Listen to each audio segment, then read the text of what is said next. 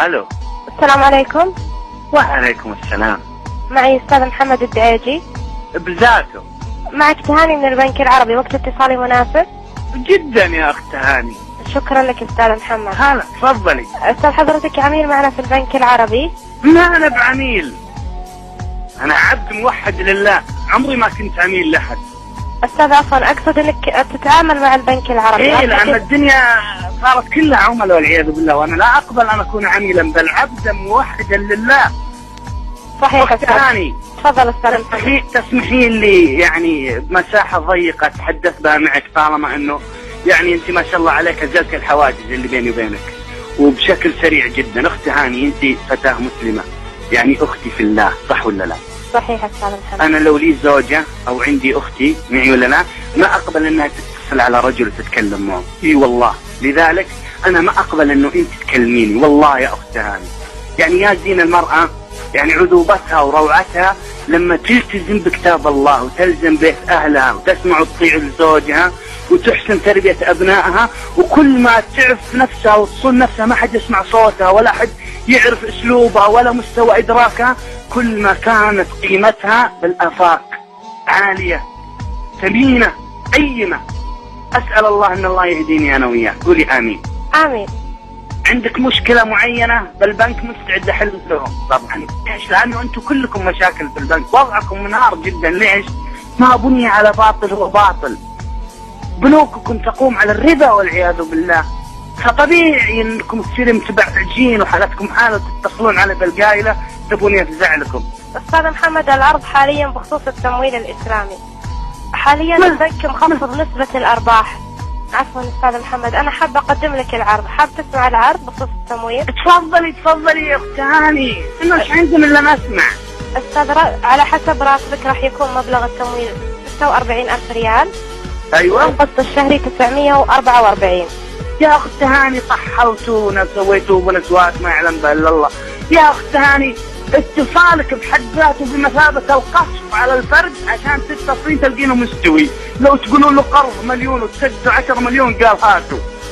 اخت هاني. تفضل استاذ محمد. هم عطي البطاقة اللي عطاك تدعي على مكتبهم، وخذي عباتك تستري واتجهي لبيت اهلك وقولي ابرأ الى الله من هذا النظام ومن هذا الاقتصاد ومن هؤلاء القوم. اسمعيني والله اني نصح لك، ويوم القيامة لو وقفنا امام الله ان شاء الله تقولين جزاك الله خير نصحتن. انا والله اقدم لك عرض ازين من العرض اللي تقدمينه، تقولين لي 46,000، انا بقدم لك عرض ب 46 مليار حسنة بامر الله، وقد تضاعف الى اضعاف واضعاف. هناك الفوز العظيم وهناك الخسارة العظيمة، جنة ام نار.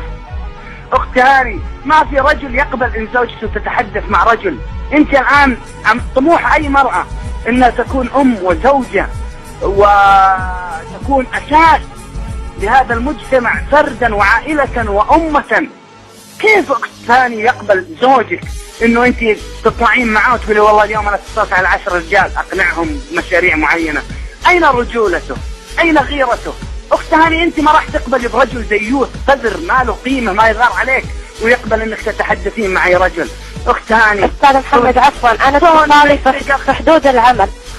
ما في عمل، الاختلاط كله حرام. المرأة صوتك عورة الا عند ضرورة. معي ولا لا؟ انت الان تتكلمين معي، هذا باب فتح لمجرد ان يكون بيننا تحاور. الانسان ضعيف، انا نفسي كرجل مهما كان ايماني لمجرد اسمع المرأة اللبقة الناضجة عقلا شدني، وانت نفس الشيء. نحن بشر، عاطفتنا وهو صراع بين الفكر والعاطفة، النفس والنفس أمارة بالسوء يا أخت هاني. لذلك يا زينك لا منك حفظتي نفسك ورحتي لبيت أهلك وقلتي أنا ما أطلع إلا للضرورة، ولا أطلع إلا بمحرم، ولا أخاطب أي رجل لا ليس بمحرم لي. معي ولا لا؟ ولا أتحدث إلا في أمر من منطلق قال الله وقال رسوله. وضعك دمار اخت هاني، وهو ناويين يدمرونك. وانت ليش يدمرونك؟ لا لشيء الا لانك مسلمة. لانك مسلمة انت المنطلق الوحيد لحلحلة وفك هذه الامة، لان ارتباطنا قوي، ارتباط عقيدة بفضل الله. لذلك هذه العقيدة من اين يتم فكها وفكفتها؟ اسلوبين وطريقين، المال والنساء. فهمتي ولا لا؟ لذلك خذي مني العرض هذا اللي يفوق عرضك بأضعاف المرات، معي ولا لا؟ اجدي بطاقتهم واتركي هاي. كم يعطونك؟ 10,000. والله يا أخت تهاني ما لها قيمة. 10,000 لا تعني شيء أمام أنك تكوني محصنة لازمة بيت أهلك، حاشمة نفسك، وانت إن شاء الله محشومة بإذن الله. كلنا نغلط وكلنا نقصر، وطبعا صارت عملية تسييس لنا تحت دافع المال، ونحن أمة محمد صلى الله عليه وسلم يعني نبتلى وفتنتنا في المال والنساء ورب الكعبة. لذلك لطيبهم واتركي وظيفتهم، هذه وظيفة ما تشرف. أنا الآن لو جيت بتقدم لك يا أخت هاني كذا بات جنبك وأحسب نفسي إني رجل، وأنا أعرف إن زوجتي بتقوم الصباح تروح العمل تكلم 4-5 رجال، من اللي يقبل؟ أنت زوجك تقبلين إنه يكلم حريم؟ أسألك بالله يا ثاني تقبلين؟ لا ورب الكعبة لا يمكن تقبلين. وإذا كنت تقبلين فهذا يعني أنك امرأة لا قيمة لك، لا غيرة عندك.